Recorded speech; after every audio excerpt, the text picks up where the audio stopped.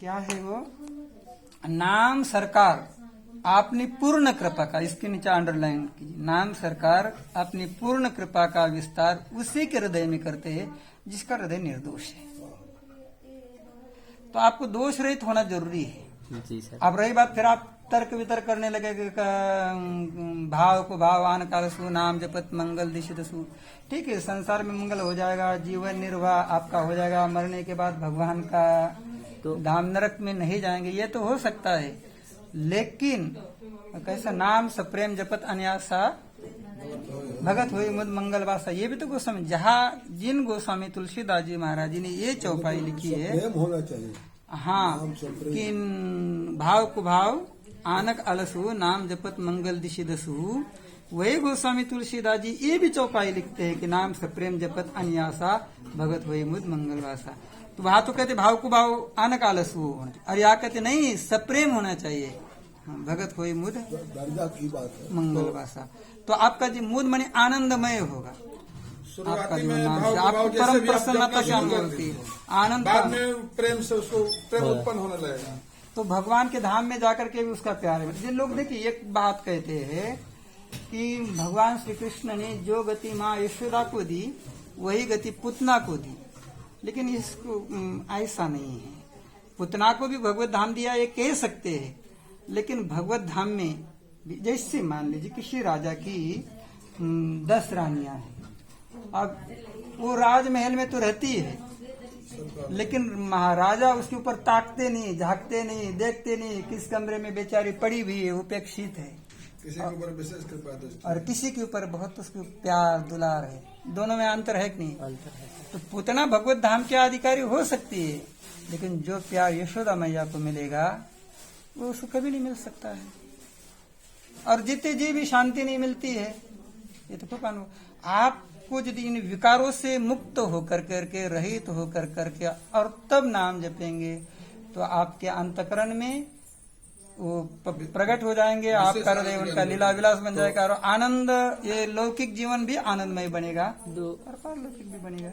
तो सरकार ये इसमें आता है कि ये विकार रहित या दोष रहित कैसे होंगे, किस तरह की? दोष रहित भी नाम की ही कृपा, नाम तो पर थोड़ा सा नहीं हुआ, नाम की इस पर कृपा चिंतन से। कीजिए सरकार। हाँ, इस पर बताइए। थोड़ी आवश्यकता है।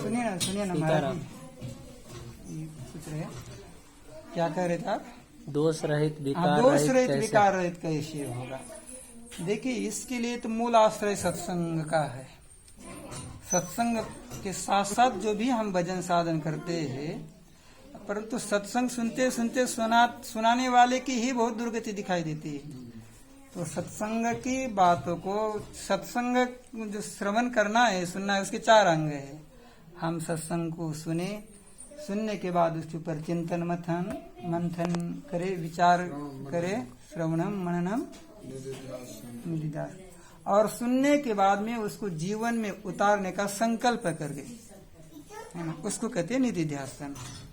कि भी जैसे कथा में कहा गया कि किसी से भी ईर्ष्या द्वेष नहीं करनी चाहिए, तो इस पर सुनने के बाद कभी रात्रि के समय में चिंतन मंथन करना चाहिए, भी हम ऐसा करते हैं, और यदि नहीं करते हैं तब हमारा जैसा चाहिए वैसा लाभ नहीं मिलेगा। उस पर विचार करें, खूब चिंतन मंथन करें, और उसको जीवन में उतारने का प्रयास करने। अब इसके लिए एक बाधा बनती रहती है, मन बुद्धि इसको जल्दी स्वीकार नहीं करता है। पूज्य श्री डोंगरी जी महाराज जी की बात बहुत अच्छी है, बहुत अच्छी, बहुत, कहीं कहीं मिलेगा नहीं आपको। वो कहते थे कि साधक को अपने मन बुद्धि के साथ जबरदस्ती करना चाहिए। एक सूफी संत के चरित्र में आया है, उनको शहद के साथ रोटी खाने का मन कर रहा था। 40 साल तक उनका मन वो शहद के साथ रोटी करता रहा, फिर भी वो नहीं खाए। तो जबकि शहद के साथ रोटी खाना कोई पाप नहीं है, लेकिन एक विरक्त साधु है, फकीर है, अब हमारे जैसा तो नहीं है, उनका जीवन एक जंगल में रह रहे, तो शहद के लिए उनको प्रवृत्ति करनी पड़ेगी, वो बाधक है। और मन की स्थिति है, यदि शहद की पूर्ति कर लिए तो कल वो कहेंगे घी के साथ रोटी खाने का मन करता है।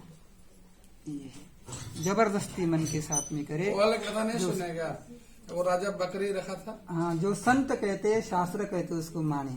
तो ये सत्संग के और नाम जब करे, ये इसका मूलाधार जबरदस्ती। ये विचार जब तक आप नहीं करेंगे तो कितने नाम जपक लोग हैं।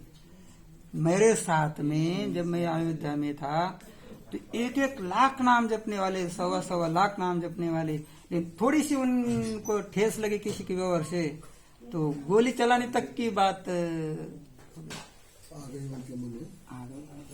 तो भाई ये नहीं, महाराष्ट्र के संत श्री तुकाराम जी महाराज जी लिखे हुए, जया अंगे मोटे पंथाया यातना कठिन।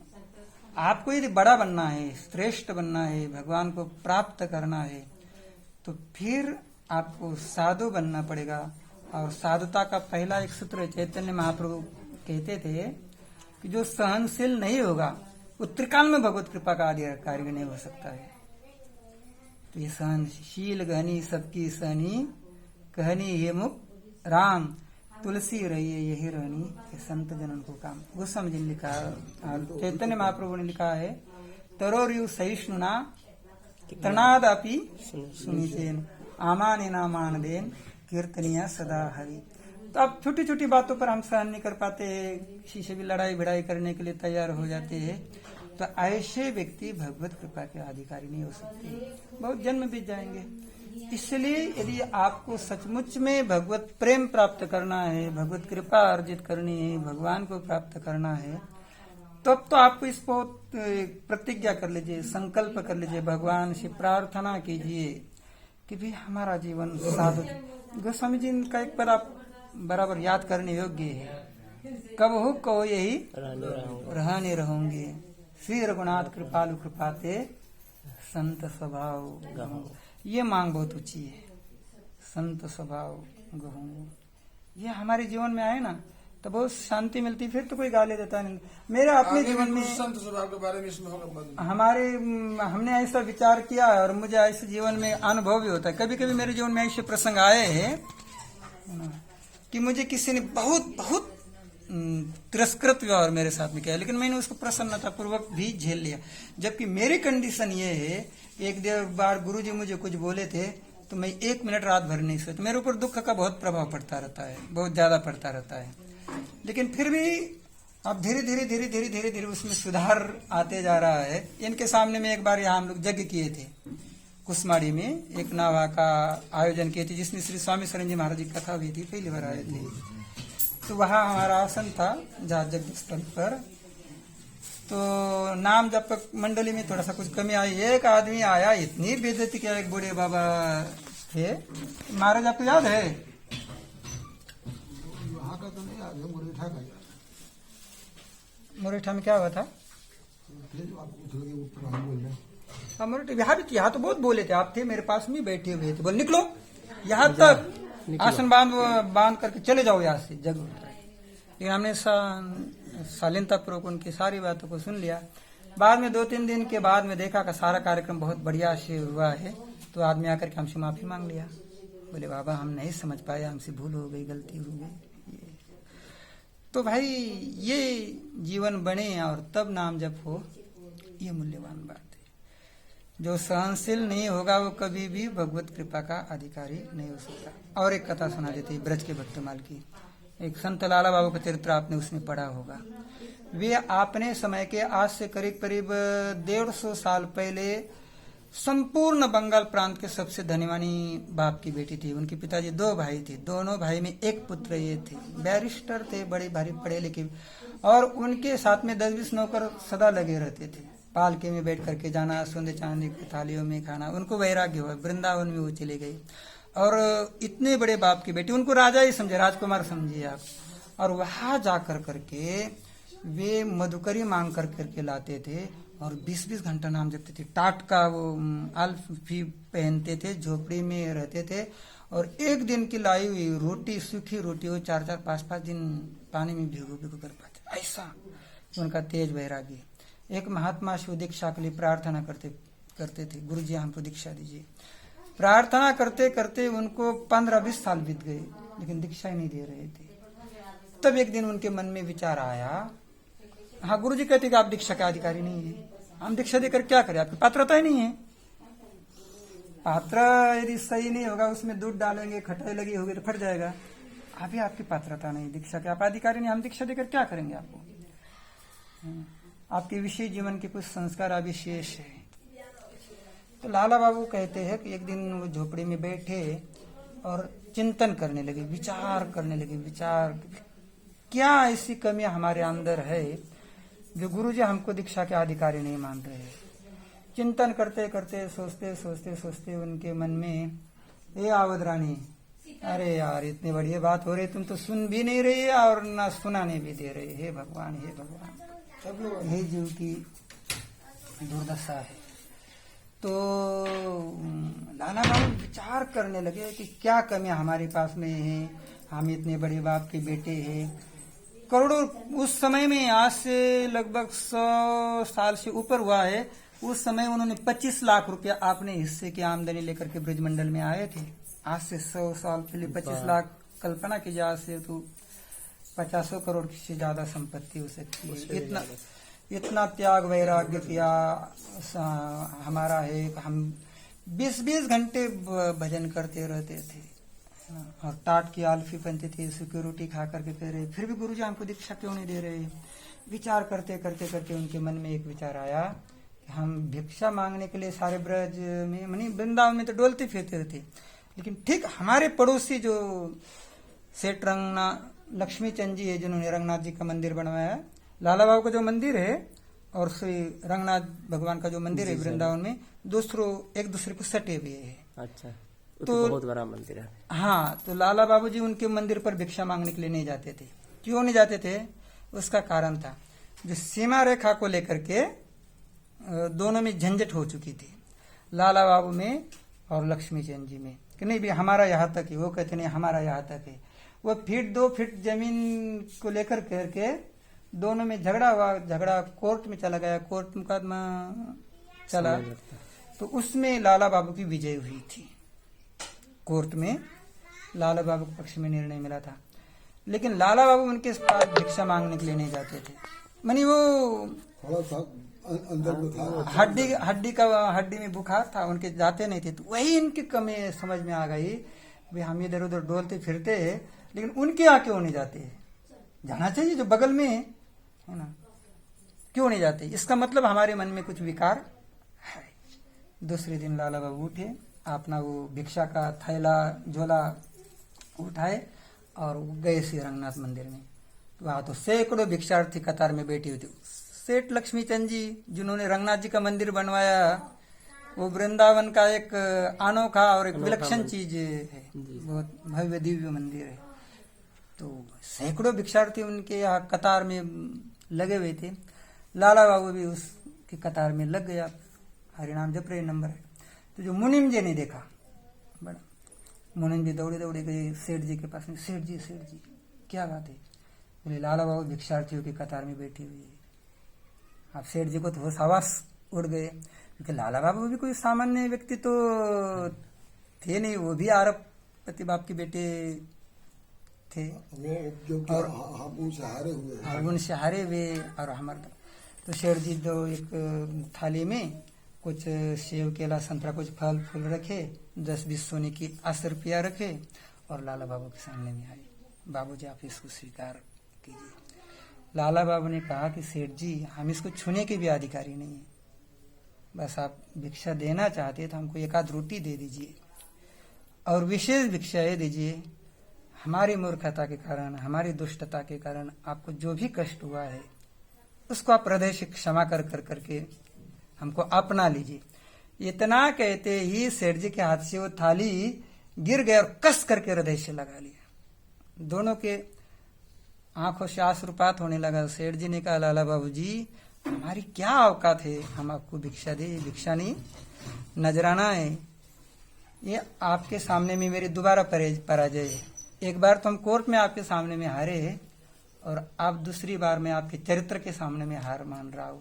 हमने ईर्ष्या द्वेष को अपने हृदय से नहीं निकाल पाया, लेकिन आप इतने महान संत होकर करके और मेरे जैसे व्यक्ति के, अहंकारी व्यक्ति के दरवाजे पर भिक्षा मांगने के लिए आए, ये दोबारा आपके चरित्र के सामने में मेरी पराजय है। बहुत दोनों व्यक्ति, वो भी तो महापुरुष ही थे, वो एक आए और उस आंखों के माध्यम से जो अंतकरण की कालिमा पाप वो भी निकल गई। और लाला बाबू भिक्षा लेकर करके सेठ जी से फिर कुटिया की ओर लौट रहे थे। जेठ का गर्मी का चिलचिलाती धूप थी, 1-2 बजे का समय था, गुरुजी रास्ते में आकर के मिल गए। जिनको 15-20 साल से प्रार्थना कर रहे थे गुरुजी दीक्षा दीजिए दीक्षा दीजिए, वो गुरुजी आकर के रास्ते में मिल गए। बोले लाला बाबू चलिए आपकी आपकी दीक्षा का समय आ गया, मुहूर्त आया। जिनको 15 साल से लाला वो प्रार्थना कर रहे थे, वो दे नहीं रहे थे, वो खोजते खोजते वहां धूप में रास्ते में आकर के मिले और बोले चले बाबूजी, लाला बाबूजी अब आपको हम दीक्षा दे रहे हैं, आपका समय हो गया दीक्षा की, दीक्षा दे दिए। आप कल्पना कीजिए वो लाला बाबू जो करोड़पति बाप के बेटे थे उस जमाने में, आज उसको अरबपति खरबपति कह सकते। 25 लाख रुपए टोटल आमदनी नहीं थी, उसमें से एक अंश लेकर के वो वृंदावन में आए थे। और जो 20-20 घंटा नाम जपते थे अहरनी, और उसकी झोपड़ी में रहते थे, टाट के वस्त्र पहनते थे, सूखी रोटियां एक दिन की मांगी 7-7 8-8 दिन तक दबा करके रहते थे। उनको एक छोटी, हम छोटी क्यों समझो, बहुत बड़ी बात है। तब तो एक ईर्ष्या द्वेष की हल्की सी बीमारी नहीं, ये नहीं कि मारपीट करते थे, उनका कोई अशुभ चिंतन करते थे, उनसे लड़ाई झगड़ा करते थे, लेकिन मन में था कुछ आंशिक रूप से, जिसके चलते दीक्षा का अधिकारी नहीं समझा गया। तो हमारे यही समझ में आता है कि हम इन विकारों से मुक्त हो। ये हमारा चेला है, वो हमारा चेला है, ये हमको इतना रुपया देंगे, ये मेरा आश्रम है। आप कहेंगे फिर करते हो क्यों है, हमसे क्यों पैसा मांग रहे हैं, उनसे क्यों पैसा मांग रहे हैं? आपसे पैसा मांग रहे हैं, आपसे पैसा लेकर के आपके ऊपर हम उपकार कर रहे हैं, आप हमारे ऊपर उपकार नहीं कर रहे हैं। ऐसा देने वाले कौन? यदि ये संत महात्मा पैसा लेकर के परमार्थ में नहीं लगाए तो कितने लोग नरक में चले जाएंगे, है ना? आपका वो उपकार कर रहे हैं कि आपका धन लेकर के परमार्थ में लगा करके आपको परमार्थ के भागीदार बना करके भगवत कृपा का अधिकारी बना रहे हैं। सीताराम। बाकी व्यक्तिगत जीवन में कोई ऐसा स्वार्थ हमारा ऐसा नहीं है, और हम ये अपना और परा ऐसा कुछ भी नहीं है। वो भगवत प्रदत्त हमको एक सेवा सौंपी गई, ऐसा मान कर करके बस उसको सजाने का प्रयास करते रहते ना। मैंने तो मेरी समझ में आ गई ये बात, ये सब चरित्र कथा सुन कर करके। एक तो बचपन में भी नहीं था मेरे मन में विचार, मैं आपको सुना रहा हूं, आपको आश्चर्य लगेगा। मैं जब 6ठी या 7वीं कक्षा में पढ़ रहा था, एक बच्चे से मेरी मारपीट हुई, मेरे जीवन में पहली बार। यदि मार 6ठी 7वीं कक्षा में पढ़ रहा था, और वो कोई बहुत ऐसा नहीं, बच्चे लोगों ने लड़ा बढ़ा दिया, अब दोनों में मारपीट हो गई। सामान्य रूप से अब ज्यादा से ज्यादा मेरी उम्र रही होगी 11-12 साल की। अब 11-12 साल के बच्चों की मारपीट का कौन महत्व होता है? हुआ, उसने मुझे कितनी गालियां दी मुझे याद नहीं, लेकिन उसके पहले मैंने कथा में सुना था कि गाली नहीं देना चाहिए। मैंने 11 साल की उम्र में या 10 साल की उम्र में कथा में सुना था गाली नहीं देना चाहिए। आज तक हम उसका प्रयोग करते हैं जीवन में। हाँ, गुस्सा आकर के जैसे इसको बोल देंगे, उसको बोल देंगे, तुमको जूता से मारेंगे, नालायक, ये कह सकते हैं आपने सेवक वर्ग के, लेकिन वैसे किसी को गाली नहीं देने का संकल्प उस समय लिया था। लेकिन इधर आकर के मैंने 10-15 साल से तो पूर्ण निर्णय ले लिया है, मेरे साथ कोई कितना भी कैसा भी व्यवहार करे, हम उसका प्रतिकार नहीं करेंगे। ये तो संकल्प भगवत कृपा से जरूर लिए। भीतर से साधुता नहीं आती, लेकिन बाहर से उसका नाटक करना है। यह आती आवश्यक है। बस यही लोग फेल होते हैं, फेल यही होते, भजन नहीं करते ऐसा नहीं है, लेकिन यही फेल होते हैं। और इसी चलते सब लोग परेशान है, मैं भी परेशान हूँ। वो श्री राम हरचंदास जी महाराज जी के जैसे महापुरुष बहुत दुखी हुए, वो बहुत दुखी रहते थे। चेला लोग आपस में लड़ते।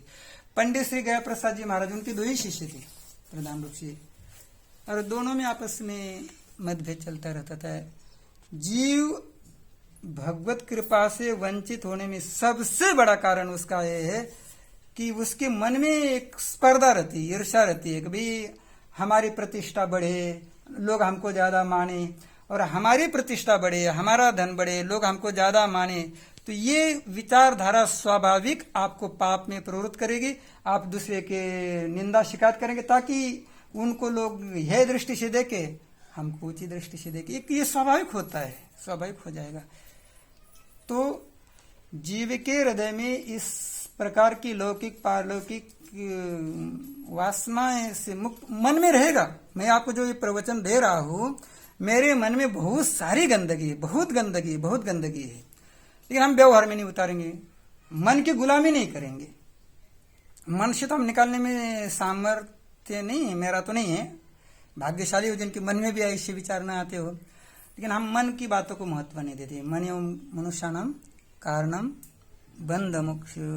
फिर एक महात्मा की जीवनी में पढ़े थे, हाँ तो उन्होंने अपने मन से कहा, अपने मन से, अगर तुमने ज्यादा मुझे इधर उधर किया मैं तुमको नष्ट कर दूंगा।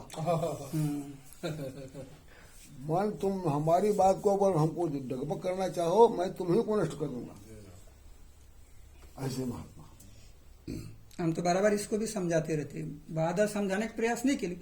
मुठिया बाबा के व्यवहार से हम शुरू से असंतुष्ट है, जब से संपर्क हुआ तब से असंतुष्ट है।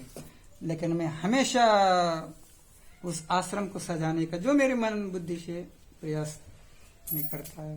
वो आए 2 साल तक मैं आश्रम में रहा, कुछ थोड़ा बहुत भौतिक विकास भी हुआ, हमने सादर समर्पित कर दिया, जबकि लोग उस पक्ष में थे भी नहीं। वो बालदेव जी कहे कि नहीं हम उनके नाम पर कभी जमीन नहीं लिखाएंगे। हमने समझा बुझा करके कहा कि फालतू खर्चा बढ़ेगा, हमके नाम पर लिख करके होगा क्या फायदा, आखिर तो एक दिन उनके नाम पर हमको लिखना पड़ेगा। हमने कभी नहीं किया। और ये बिरोल के लिए उनसे प्रार्थना करने के लिए गए थे, बहुत कानूनी विनय के भी इसको संभालिए, लेकिन इतना सस्ता तो है नहीं, उनकी उसी में खटिया खड़ी हो रही है। बाकी हमारी ओर से उनसे सदा असंतुष्ट है, लेकिन मैं कभी भी उनके खिलाफ में कोई निंदा शिकायत वगैरह नहीं करता नहीं करता, और बल्कि उनके प्रति श्रद्धा भी रखता हूँ, भीतर से रखता हूँ। देखिए हम क्या होता है कि किसी के केवल एक थोड़ा बहुत कमजोर पक्ष जीवन में दिखाई देता तो उसकी निंदा आलोचना करने लग जाती है। ये नहीं, संसार में बड़े बड़े महापुरुषों में भी दोष दुर्गुण रहे। अब अभी चर्चा कर रहे थे ना, लाला बाबू जैसे महापुरुष क्या सामान्य कोटि के जो थे क्या, लेकिन उनके मन में भी एक छोटी सी जमीन को लेकर के कोर्ट कचहरी में पहुंच गए। तो जीव संसार में परिपूर्ण एक भगवान ही होते, जीव परिपूर्ण नहीं होता है। इसलिए संत महात्मा के भीतर तुरंत कोई दोष दे करके उनके प्रति नफरत, यह बुद्धि नहीं, अरे उसमें अमुक दोष है, वो ऐसे तो ऐसे नहीं होना चाहिए। ये उनके साथ अन्याय है। एक तो आप उनको महापुरुष के रूप में मानिए नहीं। एक महाराष्ट्र के संत कहते थे कि महात्माओं के साथ में एक भी अन्याय है तो तुरंत 1-2 साल नहीं होगा, तिलक पहन लिया, थोड़ा सा वेशभूषा पहन लिया, थोड़ा सा पढ़ने निकले लग गया तो लोग उस तुरंत तुकाराम जी महाराज मान लेते हैं। और फिर उनके चरित्र में कुछ कमी दिखाई देते हैं, फिर तुरंत अश्रद्धा भी कर बैठते हैं। ऐसा नहीं। स्वामी राम सुखदेव, वो क्या रामकृष्ण परमहंस जी महाराज, वो ऐसे महापुरुष है कि देवी जी उनके सामने आकर के बात करते थे, जिसको याद करते थे, और उन्होंने श्रृंगार रस की भी उपासना की है। तो उनको कहते कि स्त्रियों के धर्म लागू हुए थे। और जब वो अपने को हनुमान जी मानते थे, बंदर के रूप में मानते थे, तो उनकी इतनी पूछ निकल कर आई थी, मैंने भावना इतनी सिद्ध उनकी थी, इतना प्रभाव पड़ता था कि जो भाव अपने में आरोपित करते थे उसकी जैसे हो जाते थे वो, इतने उच्च कोटि के महात्मा। लेकिन पकोड़े में उनकी इतनी आसक्ति थी, कोई कथा सत्संग के बीच में भी पकोड़े को भूल नहीं पाते थे, कथा में से उठ करके पकोड़े खाने के लिए चले जाते थे। तो उनके शिष्य जो नरेंद्र, आप उनको विवेकानंद कहिए, और उनकी पत्नी शारदा भी बड़ी नाराज होती थी। लोग शिकायत करते रहते थे ना, क्या महात्मा है, हम भी इतने बड़े महात्मा, इनकी प्रसिद्धि, पकोड़े में इतनी आसक्ति, कथा से उठ करके पकोड़े खाने के लिए चले जाते हैं। तो एक बार उन लोगों ने उनसे कहा, उनकी पत्नी ने और नरेंद्र, श्री विवेकानंद ने, बोले गुरुजी पकोड़े तो आप रोज ही खाते रहते हैं, लेकिन कथा आपको पकोड़े की याद आती है तो आप कथा छोड़ करके चले जाते। तो उन्होंने कहा कि बेटा ये पकोड़े में मेरा राग है, इसलिए हम इस शरीर में है, तब तक जीवित है। जीव यदि त्रिगुणातीत हो जाएगा, सत्वरस्तम से संपूर्ण रूप से ऊपर उठ जाएगा, तो उसका शरीर ही नहीं रहेगा। इस शरीर को धारण किए रखने के लिए कहीं ना कहीं कुछ राग चाहिए। हाँ, राग चाहिए, कुछ ना कुछ दुर्गुण जीवन में चाहिए। यदि पकोड़े का हम भूल गए तो समझना कि 3 दिन के भीतर मेरा शरीर छूट जाएगा। और ऐसा ही हुआ, पकोड़े खाना भूल गए, वो छूट गया, उसका राग खत्म हुआ, 2-3 दिन के भीतर उनका शरीर छूट गया। तो इसलिए जीव मात्र की, वही ब्रज के भक्तमाल का ये वाक्य है, उसको पढ़ना चाहिए बार बार। जीव मात्र की उन्नति, पुस्तक है क्या? ब्रज के भक्त माल सरकार, बहुत बड़े 2 पार्ट में। ब्रज के भक्त, ब्रज के भक्त, जीव मात्र की उन्नति, से निकला है क्या? नहीं, वो वृंदावन से, वृंदावन से निकला हुआ है, वो पार्ट में है। इसलिए हमारा वाक्य सुदामा कुटी में मिलता होगा। जी जी, सुदामा वो दुकान में मिलता है। खंडवाल, हाँ, उसमें मिल जाएगा आपको, मिल जाएगा दूसरा जगह में। ऑनलाइन भी मिल जाएगा। एक उसमें और एक वाक्य बहुत अच्छा लिखा है कि जीव मात्र की उन्नति क्रमशः होती है, ऐसा समझ करके किसी के भी दोष दुर्गुण का चिंतन नहीं करना चाहिए। जी सर। हाँ, दोष से बचना चाहिए, लेकिन दोष का चिंतन नहीं करना चाहिए और उस व्यक्ति से ज्यादा घृणा भी नहीं करनी चाहिए। फेल व्यक्ति इसी में होता है वर्तमान से। ये सबसे बड़ी समस्या हमारे आपके जीवन की है। ये समझ में आ जाए, ये ज्यादा जरूरी है। सबसे राग रोष ईर्ष्या मद सपने जनी इनके। फिर वो ठाकुर जी ने महर्षि वाल्मीकि जी को जब पूछा था कि 14 वर्ष के लिए कहीं रहना है, देव देव सोई ठाव दिखाई मुन विद्वेगन पावई। देखिए यहाँ पर ठाकुर जी ने यही बात कही है, कितनी संभाल रखी है कि हमको 14 वर्ष कहीं बिताने हैं, आप ऐसी जगह बताइए जहां हमारे रहने से किसी संत महात्मा को तकलीफ न हो, कष्ट न हो। मुन उद्वेग ते दुख लाए ते नरेश बिनु पाव। मुन उद्वेग देव सुई ठाव दिखाई। मुनि उद्वेग न पावे कोई। हाँ, मुन उद्वेग न पावे कोई। तो फिर महर्षि वाल्मीकि जी ने कहा कि भैया कहा नहीं, सर्वत्र है। अरे तात्विक रूप से व्यापक रूप से तो सारा संसार ही ईश्वर का ही स्वरूप है, लेकिन यदि आप रहने की जगह मांग रहे हैं तो आपके रहने के लायक भक्तों का हृदय है, वो सबसे बेस्ट जगह आपके रहने के लायक है। आप भक्तों के हृदय में रहिए। तो कैसे भक्तों के हृदय में रहिए? तो ऐसे भक्त मानी प्रकारांतर से महर्षि वाल्मीकि जी कह रहे हैं कि जिनका हृदय ऐसा है उसी के हृदय में भगवान रह सकते हैं। तो फिर उसमें वो ना कैसा हृदय रहना चाहिए? कैसा, कई 14 स्थान उसमें बताए। अच्छा, बता दीजिए। जिनके हृदय समुद्र समाना, कथा तुम्हारी सुबह सरनाना, भरे निरंतर होइन पूरे, तिनके ये तुम कह ग्रह रूरे ना। और उसी में एक ये बात रागन रोष ईर्षा मदमोहा